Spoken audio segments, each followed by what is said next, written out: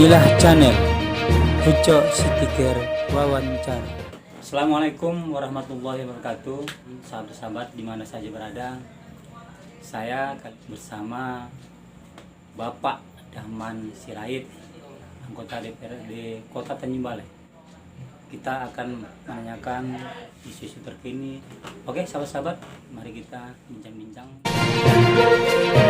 Kita lihat seorang PLT Wali Kota sibuk-sibuknya lah di lapangan, apakah secara menajak ataupun secara pencitraan itu kata-kata masyarakat sah-sah saja. Menurut pandangan Pak Dahman itu apakah baik atau mungkin untuk hal semacam pencitraan untuk ke depan?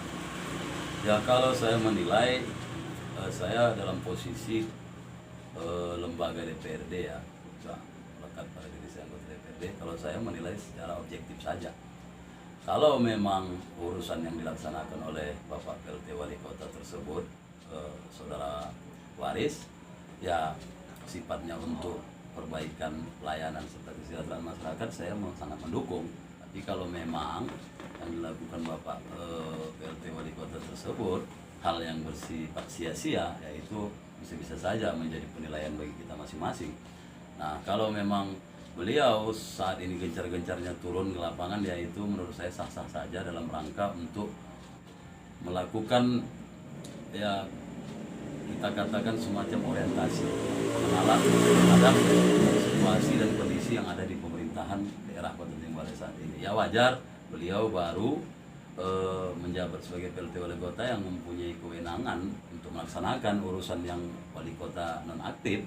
Wajar beliau melakukan orientasi secara menyeluruh terhadap apa yang ada di Kota Tanjung Balai, baik dari segi unsur dari perangkat-perangkat daerah, baik dia dari segi kebijakan dan pelayanan publik, beliau harus tinjau.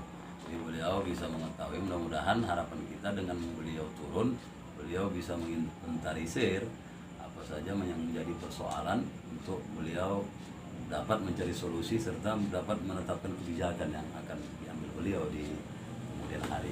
Seorang PLT Wali Kota Haji Waris Palisanggi mengatakan ada prioritas kerjanya. Kata dia tidak akan melakukan namanya jual beli jabatan, jual beli proyek.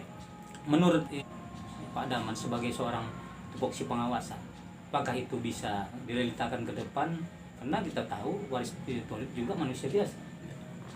Kalau persoalan ini Pocok tanyakan kepada kita, saya kembali nyatakan ini adalah persoalan subjek yang tidak bisa kita ukur dan tidak bisa kita ambil tolak ukurnya. Nah, terkait jual beli jabatan dan jual beli proyek, kami tidak bisa menyatakan bahwa beliau tidak atau iya, karena ini subjektif. Kita terpulang kepada Bapak PLT Wali Kota, bagaimana diri menempatkan dirinya sebagai kepala daerah yang saat ini menjabat sebagai PLT Wali Kota yang merupakan hasil pilihan dari masyarakat Kota Tanjung Balai. Nah, harapan kami Bapak tersebut tidak mencederai hati masyarakat ya dengan melakukan hal-hal yang Pocok sampaikan, karena ini kembali kita terpulang kepada individual. Kalau secara normatif seorang PLT Wali Kota ya sebenarnya itu hal yang tidak boleh dilakukan karena adalah perbuatan yang melanggar hukum. Namun terpulang kembali kepada individunya. Kami tidak bisa melakukan penilaian terhadap hal subjektif karena tidak bisa kami ambil tolak ukur serta penilaian dari hal yang dilakukannya. Dia akan berkantor katanya minimal 1 kali 1 minggu di perusahaan air minum kita ataupun di rumah sakit. Menurut Pak Dahman sebagai si pengawasan, apakah ini dua direktur ini perlu dievaluasi? Nah, kembali kita mengkaji yang dari awal kita bicarakan ya Bocor, terkait kepada bagaimana seorang kepala OPD, baik dia kepala BUMD, kepala BLUD, ya dalam hal ini rumah sakit, menyikapi atas amanah yang diemban kepada beliau. Kalau Pocok pertanyakan apakah sudah sesuai, atau sudah cocok, sudah pantas, sudah baik seorang PLT Wali Kota berkantor di PDAM dan di RSUD, kalau kita harus kita cari dulu pojok apa sebenarnya akar masalahnya. Akar masalahnya ada apa di PDAM dan ada apa di RSUD, sehingga Bapak PLT Wali Kota berkantor di sana. Nah, kalau menurut hemat kami sebenarnya itu tidak perlu dilakukan oleh PLT Wali Kota, cukup beliau melakukan evaluasi terhadap ya leader yang ada di OPD tersebut, di badan pelayanan unit daerah tersebut, seperti di rumah sakit ataupun di PDAM. Ya beliau mencari akar masalahnya, bukan malah beliau duduk di situ. Ya artinya kalau beliau menempatkan diri untuk berkantor sana kan menjadi terganggu pojok tugas-tugas yang lain. Nah artinya apakah PLT Wali Kota Bung Waris hanya misalnya di dalam satu minggu tersebut hanya untuk menempatkan diri situ, hanya untuk mengurusi rumah sakit atau PDAM. Nah sementara dalam hal kompleks yang sangat besar, tanggung jawab dan tugas dari PLT Wali Kota adalah seluruh kota Tanjung Balai. Nah, ngapain Pak PLT Wali Kota membuang-buang energi untuk mengurusi hal yang demikian? Cukup beliau mengevaluasi kalau memang terjadi, kalau memang ada terjadi di situ seperti permasalahan. Nah kalau beliau duduk di situ berarti ada problem yang terjadi pojok. Saya tidak tahu pojok ya. Kebetulan saya tidak di komisi itu, saya di komisi A di bagian pemerintahan dan hukum ya. Nah, ada kawan-kawan yang di sana di komisi B yang konsen menyoroti dan bermitra kerja dengan mereka. Saya kebetulan tidak mengetahui secara pasti apa problem, apa persoalan yang terjadi di PDAM dan rumah sakit. Tapi kalau pojok tanyakan kepada saya apakah Pak Waris sudah tepat untuk berkantor di situ seminggu sekali, saya rasa kurang tepat.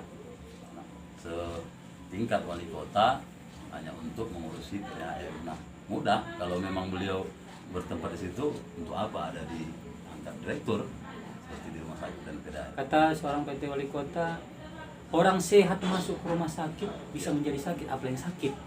Rupanya sejauh mana itu buruknya? Apa program di rumah sakit? Ya, sebenarnya kita memang saya kembali katakan ini terpulang kepada individu dan pribadi masing-masing. Kembali terpulang kepada individu dan pribadi petugas-petugas kesehatan yang ada di sana. Kalau dikatakan sarana dan prasarana yang ada di rumah sakit misalnya kurang, ya selama hari ini sudah berjalan. Dan juga direktur bisa mengusulkan anggaran untuk pengadaan sarana prasarana. Kalau yang pojok sampaikan masyarakat yang sehat masuk menjadi sakit, yaitu kita meninjau kembali ya sumber daya manusia yang ada di sana pojok. Bagaimana mereka benar-benar melayani masyarakat itu dengan tulus, ikhlas dan mencarikan solusinya. Nah ini sebenarnya persepsi pojok. Persepsi yang disampaikan masyarakat atas kekesalan mungkin yang terjadi. Sebenarnya mungkin juga tidak seperti itu. Namun karena ada beberapa orang mungkin yang mengalami hal demikian, meluapkan kekesalannya, jadi mereka membuat kata-kata yang berkonotasi mungkin kurang baik bagi pelayanan di rumah sakit. Nah, sebagai direktur, kami berharap cobalah untuk mengurai hal tersebut. Bagaimana paradigma masyarakat terhadap rumah sakit ini bisa berubah, bocah. Memang rumah sakit ini kalau bisa memang masyarakat itu jangan berparadigma yang aneh-aneh.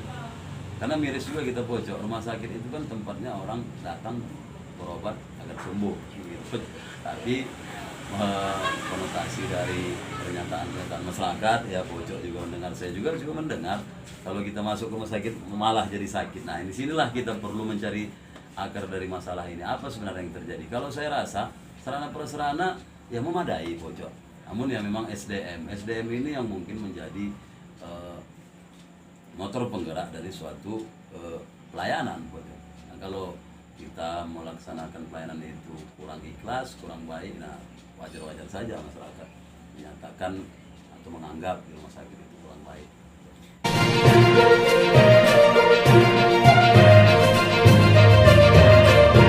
Inilah channel Uco City Care.